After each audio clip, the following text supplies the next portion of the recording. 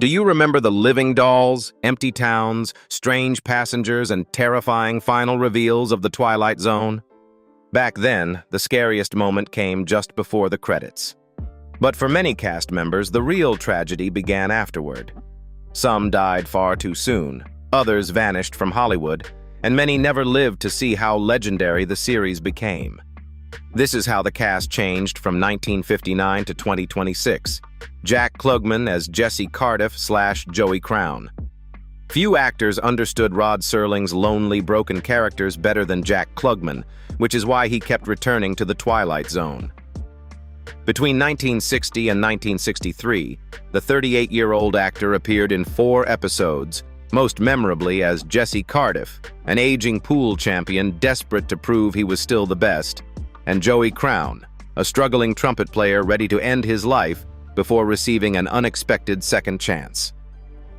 Klugman brought remarkable vulnerability to both men, quietly turning ordinary failures into unforgettable human stories. Those performances helped pave the way for later success in The Odd Couple and Quincy M.E., but his greatest test arrived away from the cameras. Decades of heavy smoking led to throat cancer, and surgery in 1989 removed one of his vocal cords, leaving him unable to speak normally. Instead of disappearing from public life, he patiently taught himself how to talk again, and continued acting for years. When Klugman died in 2012 at the age of 90, his own resilience felt every bit as inspiring as the characters he had once portrayed inside the Twilight Zone. Rod Serling as narrator/host. CBS never wanted Rod Serling to become the face of the Twilight Zone. However, Serling refused to hand his creation to anyone else. At just 34 years old when the anthology premiered in 1959, he became far more than its host, calmly guiding viewers into every strange new world while serving as the show's creator and principal writer. However, it also came with a burden few audiences ever imagined. As he battled sponsors and network censorship, Serling wrote more than 90 scripts, often working through the night with 3 or 4 packs of cigarettes a day to meet impossible deadlines. The relentless pace slowly destroyed his health.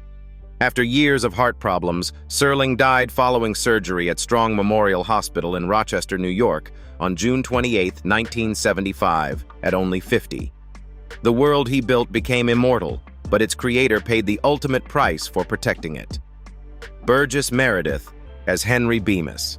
By the time Burgess Meredith appeared in the Twilight Zone, many people in Hollywood believed his career was already over.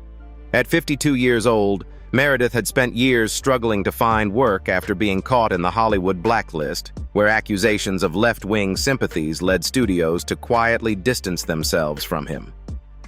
Rod Serling's decision to cast him as Henry Bemis in Time Enough at Last changed everything. Meredith turned the gentle book lover into one of the most unforgettable characters in television history, and the episode remains the series' most iconic tragedy. That remarkable comeback paved the way for a new generation to embrace him as Mickey Goldmill in the Rocky films and the Penguin in Batman. Meredith continued performing well into old age before battling both Alzheimer's disease and melanoma. He died in 1997 at the age of 89, leaving behind one of the greatest career revivals classic television has ever seen. John Anderson as Gabriel Rod Serling knew exactly who to call whenever a role demanded quiet authority, and John Anderson became one of those trusted actors. Just 38 years old when he first appeared in The Twilight Zone, Anderson left a lasting impression as Gabriel in One for the Angels, portraying death not as a monster but as a calm, courteous visitor whose confidence made every scene more unsettling. His distinctive voice, towering height, and weathered appearance soon made him one of television's most recognizable character actors, leading to hundreds of appearances in productions including Psycho and later series such as MacGyver. Unlike many of his contemporaries, Anderson shared a long marriage with Patricia Downs while raising their 2 children. Sadly, his life ended suddenly in 1992 after suffering a fatal heart attack at his home in Sherman Oaks. He was 69 years old, but his unforgettable portrayal of Gabriel continues to define one of the Twilight Zone's most memorable episodes. J. Pat O'Malley as Gooberman. J. Pat O'Malley was 56 years old when he arrived in the Twilight Zone after a difficult transition from radio and music hall entertainment to Hollywood television, where steady work was never guaranteed.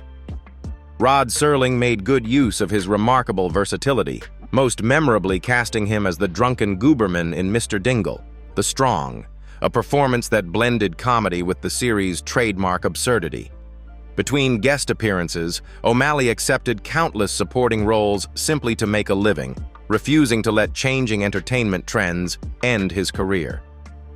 His unmistakable voice also found a second life in Disney classics, contributing memorable performances to Alice in Wonderland and The Jungle Book. Away from the spotlight, he shared a long and stable marriage with Margaret Sterling that lasted until his death. O'Malley passed away in 1985 at the age of 80 after suffering heart failure associated with old age, ending a career built on resilience rather than fame. Cyril Delevanti as L.J. Smithers, Rod Serling, rarely cast actors in their 70s, making Cyril Delevanti one of the oldest performers ever to appear in the Twilight Zone. Already 72 years old, the English-born veteran brought quiet warmth and wisdom to L.J. Smithers in A Penny for Your Thoughts, proving that even a supporting role could leave a lasting impression. Decades of experience on the British stage and in Hollywood eventually led to one of the finest late-career performances of his life in The Night of the Iguana, earning him a Golden Globe nomination. Behind that remarkable longevity, however, was a constant battle against Hollywood's ageism. As he grew older, meaningful roles became increasingly scarce, while studios often paid elderly character actors far less than younger stars, despite demanding the same exhausting schedules. Delevanti refused to retire, continuing to work well into his 80s before lung cancer finally claimed his life in 1975. He was 88 years old, leaving behind a career that quietly spanned more than half a century. William Shatner as Bob Wilson. William Shatner was just 29 years old when he appeared in The Twilight Zone as Bob Wilson, an airline passenger still recovering from a nervous breakdown who became convinced that a terrifying creature was ripping apart the wing of his airplane high above the clouds. As everyone around him dismissed his desperate warnings as another mental collapse, Bob's growing panic drew viewers into one of the most suspenseful stories the series ever produced, and Shatner's unforgettable performance quickly established him as one of television's most exciting young actors. That success soon led him to the role of Captain James T. Kirk in Star Trek, but fame proved far less secure than it appeared. When the original series ended in 1969, acting opportunities nearly vanished, and Shatner later revealed that financial hardship became so severe he was forced to live in a camper truck while taking almost any job he could find just to support his family.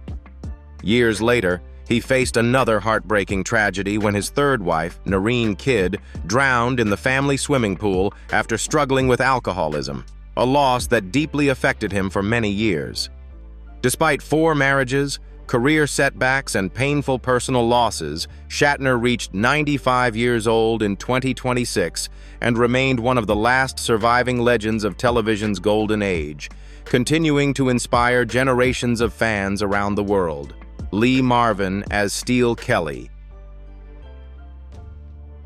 Lee Marvin was 37 years old when he stepped into the Twilight Zone as Steele Kelly, a washed-up former boxer who had fallen so far from his glory days that he was forced to manage a prize-fighting robot just to survive. Kelly wasn't a glamorous hero. He was tired, broke, and desperate, clinging to the hope that one last fight might change everything. The role suited Marvin perfectly, because long before Hollywood saw him as a leading man, he already understood what it meant to carry invisible scars. During the Second World War, Marvin served with the United States Marine Corps and was seriously wounded in the Battle of Saipan, an injury that ended his military service, but left emotional wounds many historians believe followed him throughout the rest of his life. Those experiences gave his performances an authenticity few actors could match, eventually leading to an Academy Award for Cat Ballou and worldwide recognition through films such as The Dirty Dozen. Behind the success, however, Marvin fought a much quieter battle. Friends and colleagues watched him struggle for years with heavy drinking, while decades of alcohol and cigarette addiction gradually destroyed his health. Despite professional triumphs and 2 marriages, the demons of war and the pressures of Hollywood never completely disappeared.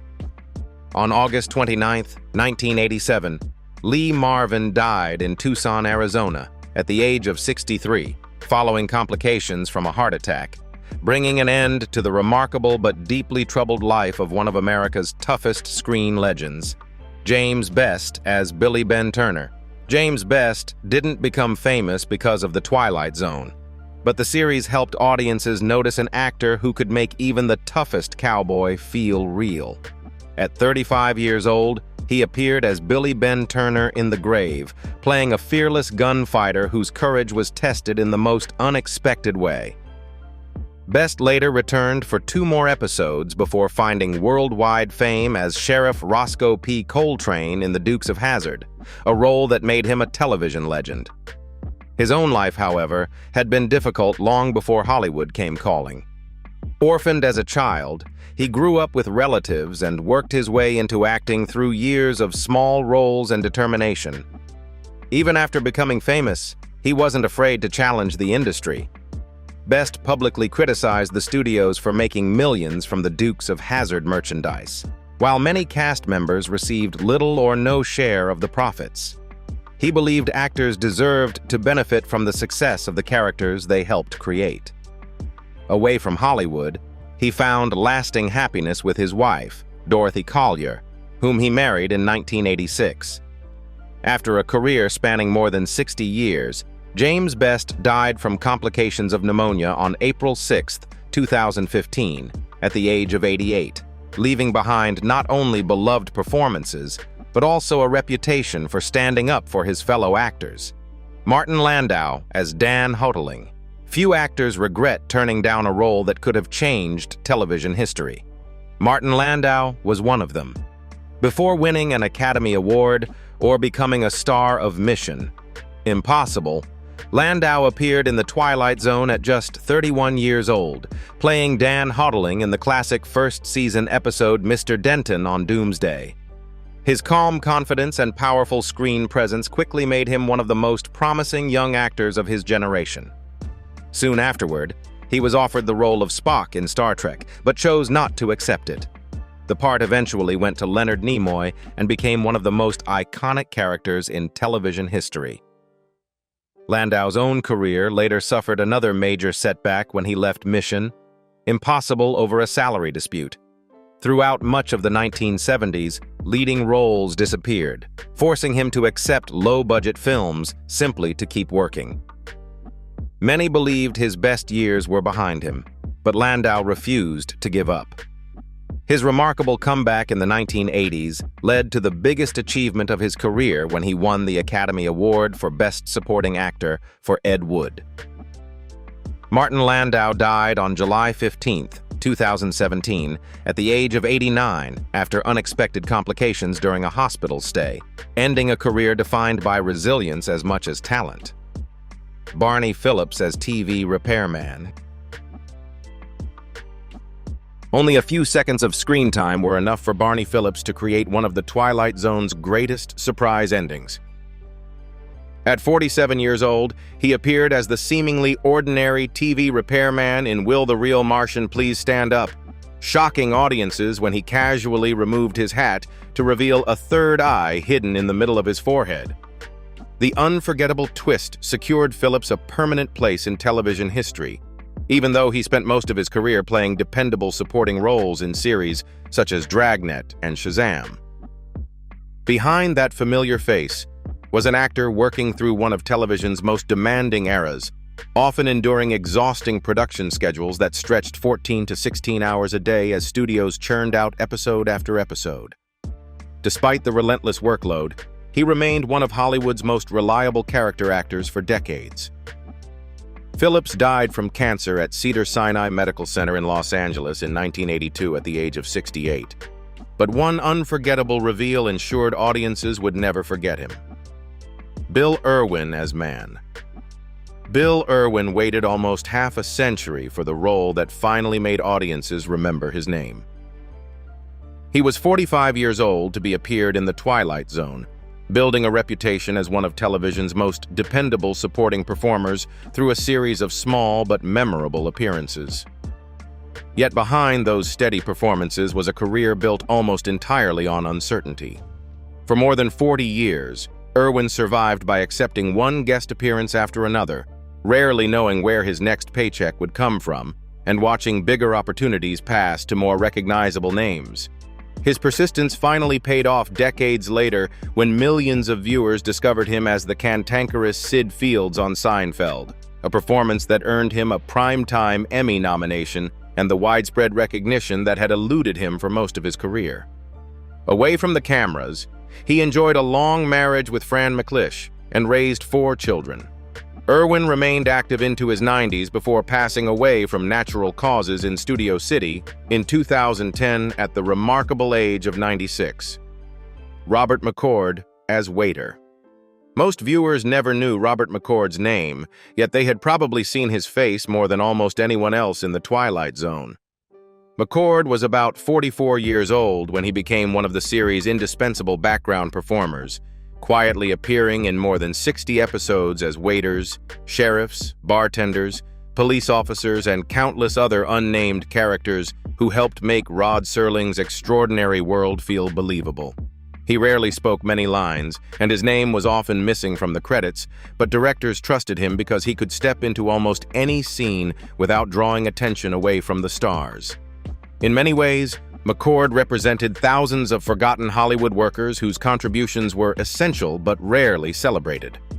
While leading actors received awards, interviews, and generous salaries, background performers often worked long hours for minimum pay, with little job security, limited benefits, and almost no public recognition.